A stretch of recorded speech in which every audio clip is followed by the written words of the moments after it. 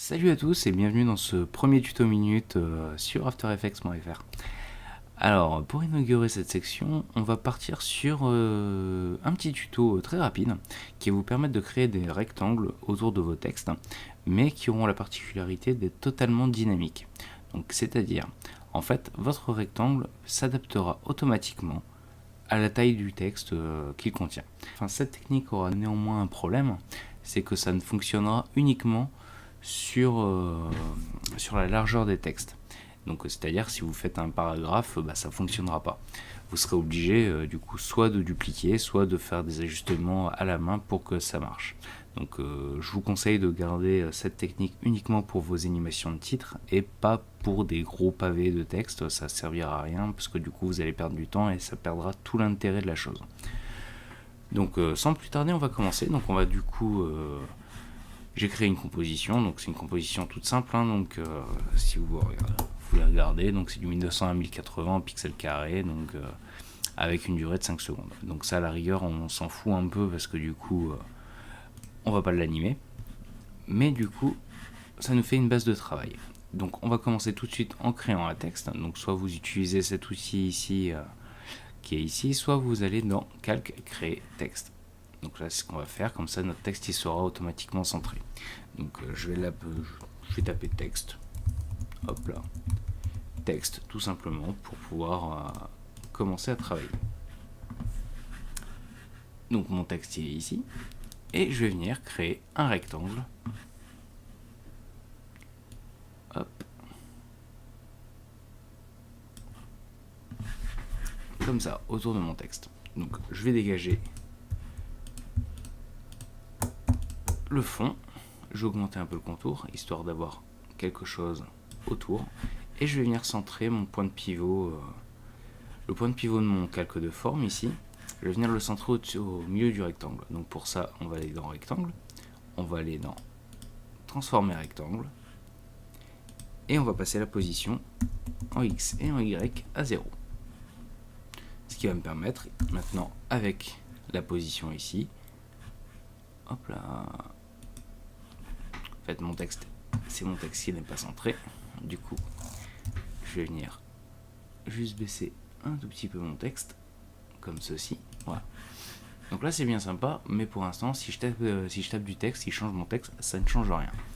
Et en fait, depuis CC 2014, on a mis, enfin les développeurs d'Adobe ont décidé d'ajouter une petite expression à l'intérieur du coup d'After Effects qui permet de remédier à ce petit problème, et on va l'utiliser tout de suite. Donc avant toute chose, vous allez aller dans le contenu, dans le rectangle, on va aller sélectionner tracé rectangulaire 1, et on a le paramètre taille ici. Donc le paramètre taille qui permet du coup de jouer sur la largeur et sur la hauteur de mon calque rectangulaire. Donc je vais créer une expression tout de suite là-dessus, et je ne vais rien taper dedans, parce que avant de taper mon expression, j'ai envie d'ajouter quelques petits contrôleurs qui vont me permettre de modifier après, donc d'ajuster plus simplement mes valeurs et surtout de pouvoir les animer. Donc pour ça, je vais aller dans Calque, enfin dans Effet, Options pour expression, paramètre glissière. Donc ce paramètre glissière, je vais l'appeler X, je vais le dupliquer avec commande D, et celui-là, je vais l'appeler Y. Voilà. Et maintenant, je vais pouvoir commencer à taper mes expressions. Donc je vais commencer par X. X, quoique en plus c'est pas forcément une bonne idée de les avoir appelés X, étant donné que je vais me servir de ces valeurs pour cibler après mes dimensions. Donc je vais l'appeler X, allez, on va l'appeler X size et Y size. On va rester original. Hop là, size. Et du coup maintenant je vais pouvoir venir taper mes valeurs, enfin mon expression. Donc je vais commencer avec X size égale, avec le petit escargot, je vais venir sélectionner la taille. En fait là je viens juste cibler mes valeurs pour pouvoir les utiliser plus simplement juste après.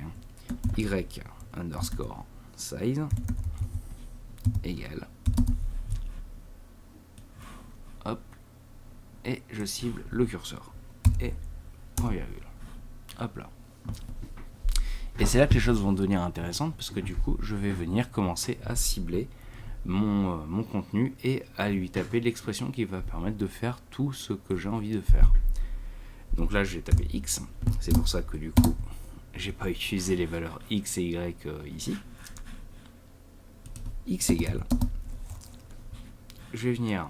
Donc là, c'est normal que ça bug. Hop. Je vais déplier ici mes paramètres pour afficher mon texte source. Donc d'ailleurs, je vais augmenter un petit peu ma fenêtre histoire d'avoir un peu de place. X égale. Et là, je vais venir cibler mon texte source. Ça, je vais le dégager parce que c'est pas. En fait, c'est pas ça qui m'intéresse. Hein. Hop là. D'ailleurs, c'est. Hop là. Est-ce que je peux. Voilà. C'est ça. Discount texte. Point. Source. Rect. At. Time. Hop. Point. width pour la largeur. Et on va faire plus x size. Point virgule. Je vais copier. Commande C. Commande V pour faire la même chose sur Y.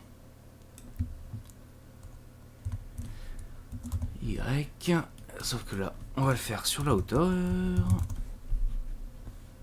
Plus Y. Et entre crochets. Hop là. J'ai plus l'habitude de Mac. On va faire X, Y. Voilà. Tout simplement. Donc là, si vous voyez bien, le texte, enfin le contenu, le rectangle, c'est vraiment adapté au texte. Donc ça, ces curseurs ici vont me permettre justement de venir lui donner un peu plus de marge pour pouvoir, enfin voilà, histoire d'avoir quelque chose qui soit un peu plus sexy à regarder. Donc là, je vais augmenter, histoire d'avoir quelque chose quand même d'assez large. Mais du coup, le gros avantage de cette technique, donc là, ça, je vais le passer en dessous du texte, c'est que si je modifie mon texte maintenant et que je vais faire un texte à rallonge par exemple, ah tiens, une erreur d'expression, quelle est-elle? Hop là, parce que du coup ça fonctionne, ah bah oui forcément.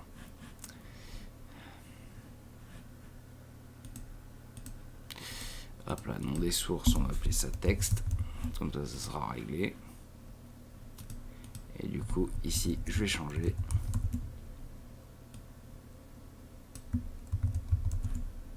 Hop là, voilà. Il n'y aura plus de problème d'expression maintenant.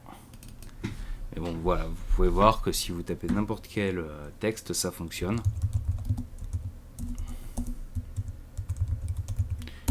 .fr par exemple.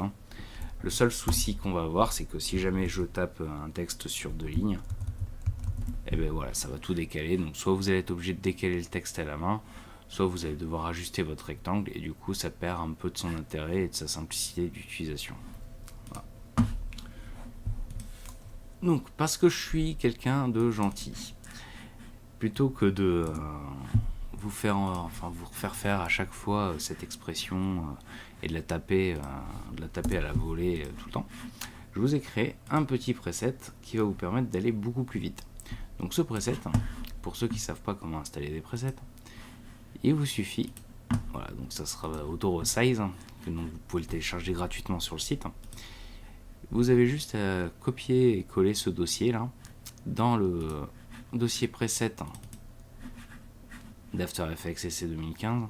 Donc sur PC c'est dans le dossier C Windows, enfin C Program Files, Adobe After Effects CC 2015, Support Files et Presets si je me trompe pas. Donc vous avez juste à copier ça là-dedans. Et ici vous allez le trouver tout simplement dans les animations prédéfinies. Donc voilà, c'est tout simple, il est ici. Comment ça marche? Vous avez juste à le glisser dans la fenêtre. Donc ça va créer forcément automatiquement un rectangle. Vous lui sélectionnez